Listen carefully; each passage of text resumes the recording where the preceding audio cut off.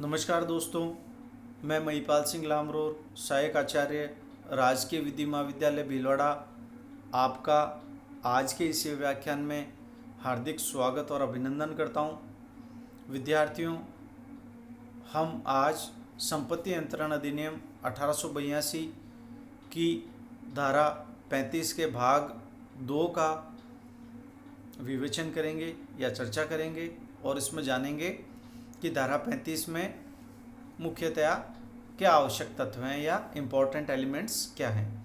अभी हमने पिछली व्याख्यान में धारा 35 के परिचय के बारे में चर्चा की थी और आज हम आपसे चर्चा करेंगे धारा 35 के आवश्यक तत्वों के बारे में। तो आइए देखते हैं, पहला आवश्यक तत्व क्या है। संपत्ति का अनाधिकृत अंतरण। संपत्ति का अनाधिकृत अंतरण, जिसमें अनऑथराइज ट्रांसफर ऑफ प्रॉपर्टी कहा जाता है, और इसमें हम ये देखेंगे कि कैसे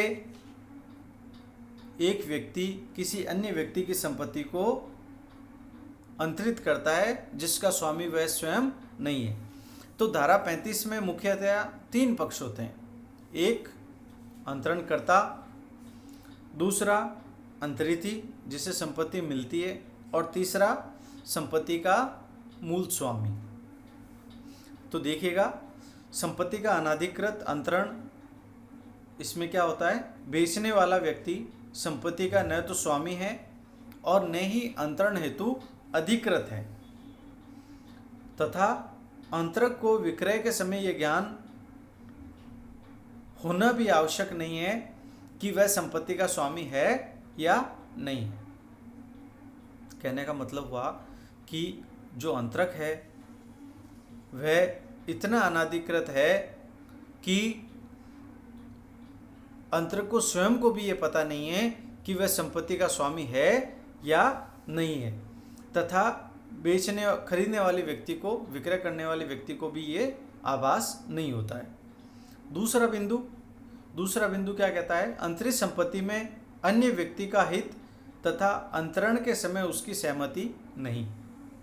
एक बार पुनः देखें, अंतरित संपत्ति में अन्य व्यक्ति का हित तथा अंतरण के समय उसकी सहमति नहीं। यानी जो अंतरण करता है वो ऐसी संपत्ति का अंतरण कर रहा है जिसमें उसका हित नहीं है और अंतरण के समय उसकी सहमति भी नहीं है। यहाँ स्वामित्व वास्तविक स्वामी के पास है, लेकिन कब्जा अंतरणकर्ता के पास है। ऐसी स्थिति में क्या होता है कि जो कब्जा है वो किसी अन्य व्यक्ति के पास है और स्वामित्व मूल व्यक्ति या मूल भूस्वामी के पास ही रहता है। यदि सहमति पहले ले ली जाए, यदि सहमति अंतरणकर्ता द्वारा पहले ले ली जाए मूल स्वामी से, तो धारा 35 लागू नहीं होती।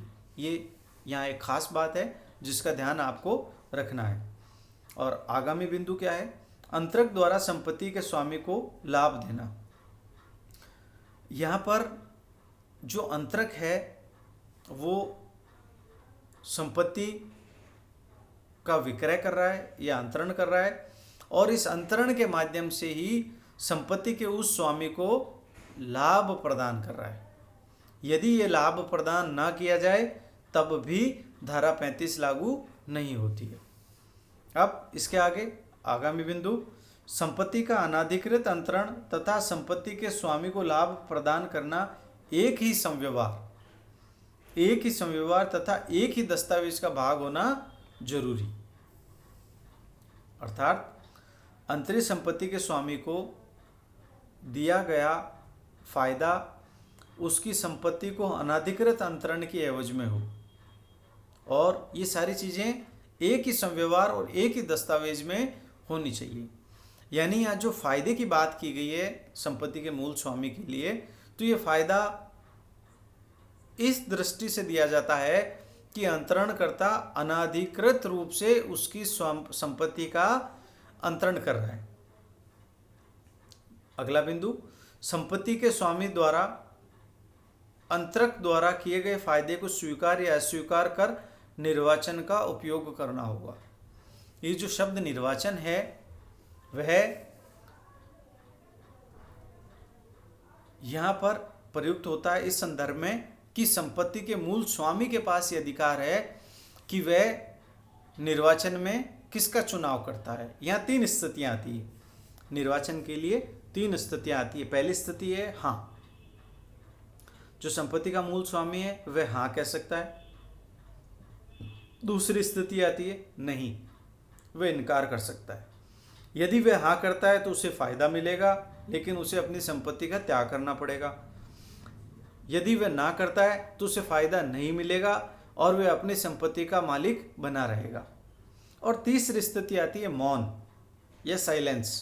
इसमें भी 3 अलग अलग स्थितियाँ आती है। पहली हाँ, यदि फायदा स्वीकार कर लिया है। यदि संपत्ति के मूल स्वामी ने मौन रहकर फायदा स्वीकार कर लिया है तो ये माना जाएगा कि उसने अंतरण के लिए इजाज़त दे दी है। दूसरी स्थिति बिना हाँ या ना के फायदे का 2 वर्ष तक उपभोग कर ले, तब भी हाँ माना जाएगा। और तीसरी स्थिति फायदे का उपभोग ऐसे कि पूर्व स्थिति में लाना असंभव, यानी वो जो फायदा दिया गया था संपत्ति के स्वामी को, उसका उपभोग इस प्रकार से कर लिया गया है कि अब उसे मूल रूप में परिवर्तित नहीं किया जा सकता, तब भी ये माना जाएगा कि संपत्ति के स्वामी ने अपनी रजामंदी अंतरण हेतु दे दी है। और अगला बिंदु आता है निराश अंतरिति को कुछ विशेष परिस्थितियों में संपत्ति का मूल्य प्राप्त करने का अधिकार। यानी यहाँ पर 3 पक्षों की बात होती, ए अंतरणकर्ता, बी अंतरिति और सी संपत्ति का स्वामी। अब जहाँ संव्यवहार दान या निर्वाचन हो, जहाँ संव्यवहार दान हो और निर्वाचन पूर्व अंतरक की मृत्यु हो जाए तो उस दशा में क्या होगा। जैसा कि हम दान के बारे में जानते हैं कि दान में कब्जा तुरंत देना होता है, उसमें विलंब नहीं होता है। और जहाँ पर दान की घोषणा की गई है अंतरण के माध्यम से और वह अंतरक की मृत्यु हो गई तो उस स्थिति में क्या होगा, वहाँ जो अंतरिति है, निराश अंतरिति है, उसे उस संपत्ति का मूल्य प्राप्त करने का अधिकार उत्पन्न हो जाएगा उस अंतरणकर्ता के उत्तराधिकारियों से।